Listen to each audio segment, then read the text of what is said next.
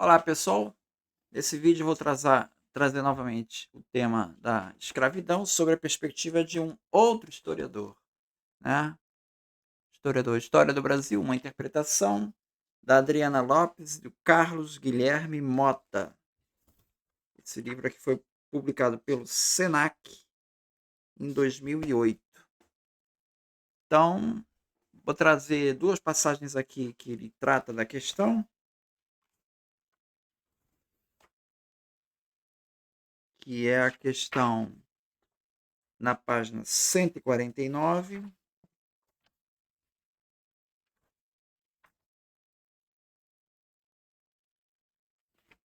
onde ele vai falar principalmente a questão é, das ordens religiosas, né? Então ele traz assim, ó, 149. A maioria das ordens religiosas que se instalaram nas capitanias do norte possuía engenhos e escravos africanos. Os carmelitas e beneditinos contavam com mais de um engenho na Bahia, cujos lucros revertiam em benefício das atividades dessas ordens. Os jesuítas chegaram a possuir 6 engenhos na Bahia, entre eles o de Sergipe, do Conde, no Recôncavo, e o engenho de Santana, em Ilhéus. Os engenhos das corporações religiosas, bem como aqueles que pertenciam a particulares, utilizavam os mesmos métodos de trabalho e a mesma mão de obra escrava presente nas demais propriedades da colônia. Do outro lado do Atlântico, em Angola, os jesuítas participavam ativamente do tráfico de cativos africanos em Angola e justificava o negócio negreiro com a ligação de que salvavam as almas dos desafortunados escravos. É Luiz Felipe de Alencastro que conclui: nas esferas do mercado atlântico, a mão invisível de Deus conduzia o africano para o resgate eterno no Brasil. Milagre, gana de milagre, resultava da deportação maciça de homens dos tumbeiros através do oceano. Graças a Nossa Senhora do Rosário, os africanos estavam sendo salvos da África e trazidos para o trabalho redentor das terras mineiras. Está se referindo ao sermão lá do Antônio Vieira, né? Os religiosos na época não viam nenhuma contradição entre batizar e escravizar indivíduos, sobretudo se fossem pessoas de sangue infecto, como era o caso que eles viam os negros dessa forma, né? Então, veja, a escravidão ela não é um episódio, ela não é um abuso, ela faz parte do contexto da época. É um projeto é, de extração econômica aqui da terra, exploração econômica da terra, né? Que o mão de obra dos negros é fundamental. E a igreja não está em nenhum momento indo contra isso. Ela está corroborando esse sistema. Tá? Isso na página 149. Na página 162, vai trazer o episódio ali da escravidão, mas da escravidão dos indígenas, que levou à expulsão dos jesuítas. Eu já falei disso num vídeo aqui. E aqui vamos ver a perspectiva dos historiadores sobre essa passagem. Né? Depois do ataque da bandeira de Raposo Tavares às missões dos jesuítas espanhóis no Guairá, os padres da Companhia de Jesus decidiram formalizar uma queixa contra os paulistas perante o rei Filipe IV e o Papa Urbano VIII. Em 1638, o padre Ruiz de Montoya, que presenciara os ataques de bandeirantes às reduções do Guairá, sai do Paraguai munido de documentos fornecidos pelas autoridades civis comprovando a escravização de índios para apresentar à corte de Madrid. Então, veja, eu acabei falando numa passagem que os jesuítas tinham seus engenhos. Isso dá uma certa autonomia financeira dele. Então, o padroado, ele não estava muito presente ali para os jesuítas. Os jesuítas, eles tinham uma tendência a mais se dirigir diretamente a Roma e não ao rei português.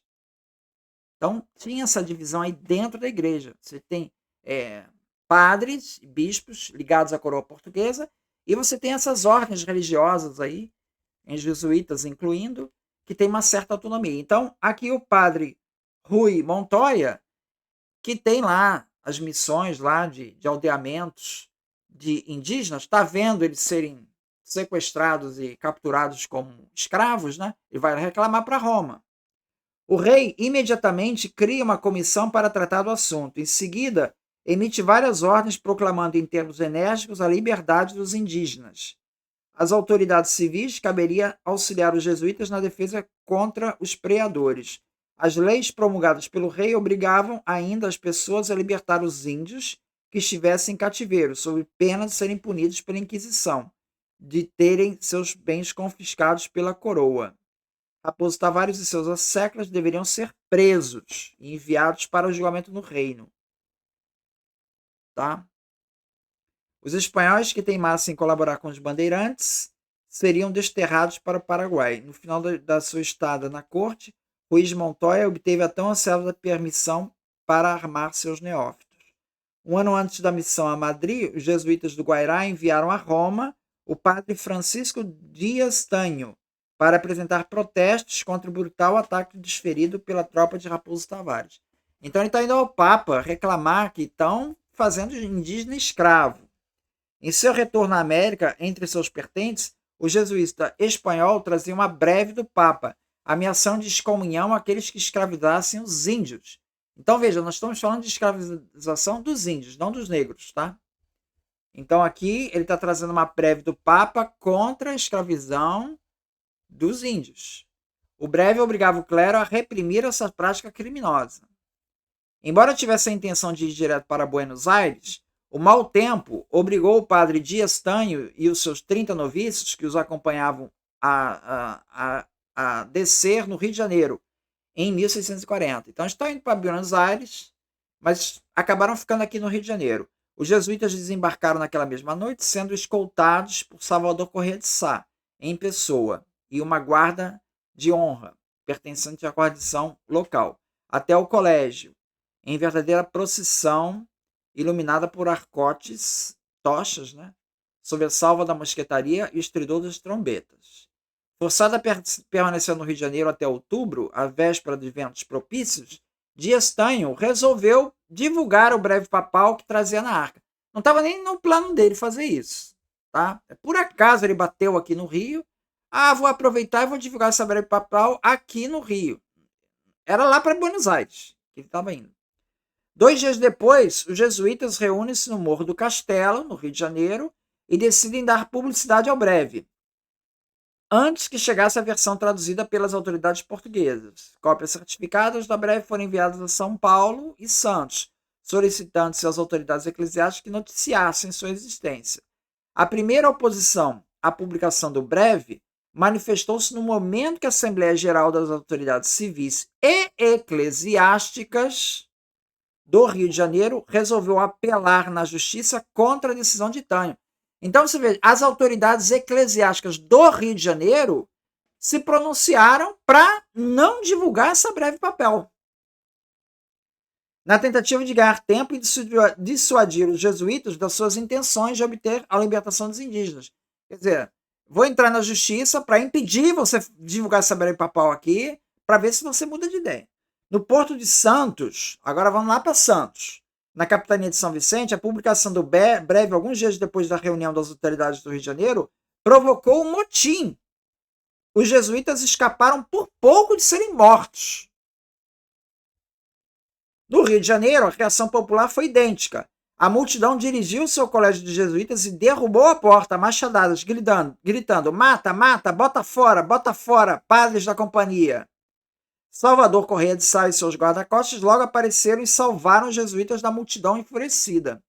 Depois de uma nova assembleia, as partes conflitantes resolveram travar a batalha judicial em Lisboa, Madrid e Roma. O clima na cidade permaneceu tenso até que os padres da companhia concordaram em manter o status quo, ou seja, fica tudo como está, permitindo que os colonos continuassem a utilizar os serviços dos índios particulares, ou seja, pode continuar a escravizar. Comprometeram-se ainda a fazer voltar aos seus donos todos os índios que houvessem fugido de seus senhores e buscado asilo nas aldeias das missões. Ou seja, aqueles índios fugidos das missões têm que voltar para os seus senhores. Em São Paulo, a leitura do breve, realizada na manhã de 13 de maio do mesmo ano, provocou a revolta imediata da multidão, aos gritos de mata, mata, padres da companhia, que são a causa de tudo isso. A animosidade do povo de São Paulo contra os padres da companhia era tão antiga quanto à atividade de preação exercida pela maioria dos potentados da vila de Piratininga. O breve atingia em cheio a principal atividade, o remédio dos paulistas, precisamente no momento em que a demanda por mantimentos tinha mercado garantido e praticamente nenhuma concorrência externa.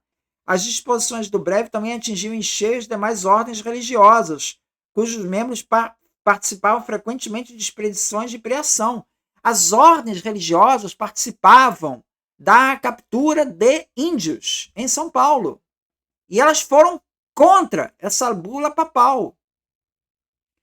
Os jesuítas do Colégio de São Paulo haviam muito se queixado da participação dos oficiais da Câmara, muitos deles ex-alunos seus, e de membros de outras ordens eclesiásticas nas entradas do sertão. Quer dizer, os jesuítas é que estão sendo esse elemento de crítica, mas eles estão criticando os próprios membros de outras ordens eclesiásticas que capturam índios, estão lá junto das expedições. Entrincheirados no colégio, os padres da companhia acharam por bem aguardar a chegada das ordens do rei para fazer valer o breve papal. Apesar da aparente calmaria, os jesuítas não foram importunados nem sofreram ameaça física por parte dos moradores da vila.